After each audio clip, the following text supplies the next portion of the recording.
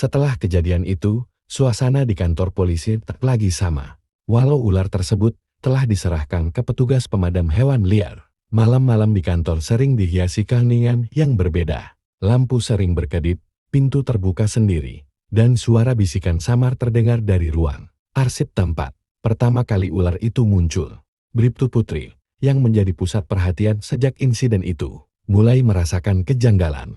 Ia bermimpi didatangi oleh sosok wanita berpakaian serba putih, bermata tajam seperti ular. Dalam mimpinya, sosok itu tak bicara, hanya menatap, lalu berbisik, "Terima kasih, kau telah membebaskanku." Awalnya, Putri menganggap itu hanya mimpi biasa. Tapi sejak malam itu, ia sering menemukan sisik ular di tempat-tempat aneh, di dalam laci meja, di dashboard mobil, bahkan di dalam sepatu dinasnya. Padahal, tidak ada lagi ular di sekitar kantor. Ia mulai curiga, apakah ular itu benar-benar sudah dibawa pergi? Rasa penasaran membuatnya diam-diam menghubungi petugas yang mengevakuasi ular tersebut.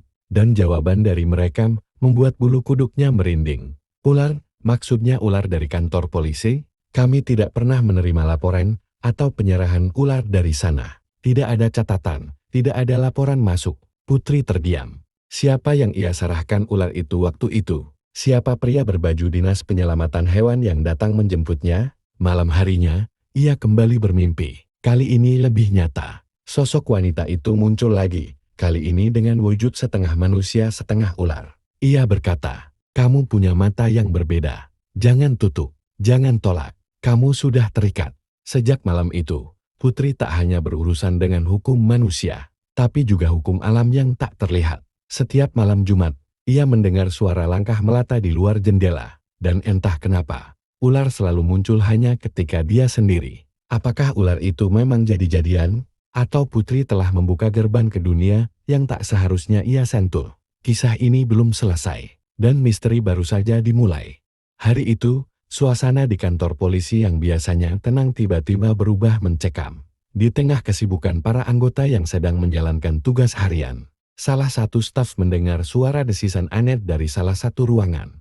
Awalnya, mereka mengira itu hanya suara angin atau mungkin gangguan listrik. Namun, suara itu makin keras dan semakin mendekat ke arah ruang utama. Ketika pintu dibuka, semua orang terpaku. Seekor ular piton besar, dengan kulit berkilau dan mata tajam yang seolah menyala, perlahan melata di lantai. Panjangnya hampir 2 meter. Dengan sisik berwarna coklat keemasan yang tampak seperti berpola aneh. Beberapa staf yang melihat langsung mundur ketakutan. Namun, ada yang lebih aneh. Dari sekadar kemunculan ular besar itu, ular tersebut muncul dari arah yang tidak masuk akal. Lorong kecil yang sebelumnya tertutup lemari arsip. Desas-desus pun mulai terdengar. Salah satu warga yang kebetulan datang ke kantor saat itu langsung berbisik, "Itu bukan ular biasa.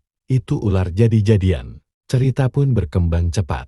Konon, beberapa minggu terakhir, warga sekitar sering melihat sosok misterius berkeliaran di malam hari. Kadang berupa bayangan hitam tinggi, kadang terdengar suara wanita menangis di bawah pohon besar dekat kantor. Muncul dugaan bahwa sosok itu adalah makhluk halus yang sedang mengganggu. Dan ular ini adalah wujud nyata dari energi mistis yang selama ini terasa di lingkungan tersebut.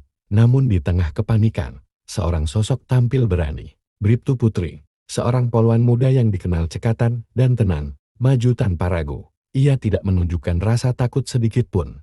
Dengan perlahan, ia mendekati ular itu, berbicara pelan seolah menenangkan makhluk tersebut. Beberapa orang merekam momen itu, dan jelas terlihat betapa jinaknya ular itu saat berada di pelukan sang poluan. Tanpa alat khusus, Bribtu Putri mengangkat tubuh ular yang besar itu dan membawanya keluar dari ruangan. Lalu menyerahkannya ke petugas pemadam hewan liar. Namun, yang membuat orang-orang semakin merinding adalah ekspresi ular itu. Matanya menatap lurus ke arah kamera, dan beberapa saksi mengatakan melihat senyum kecil di sudut mulutnya. Aneh dan tidak masuk akal, tapi banyak yang percaya makhluk itu memang bukan ular biasa.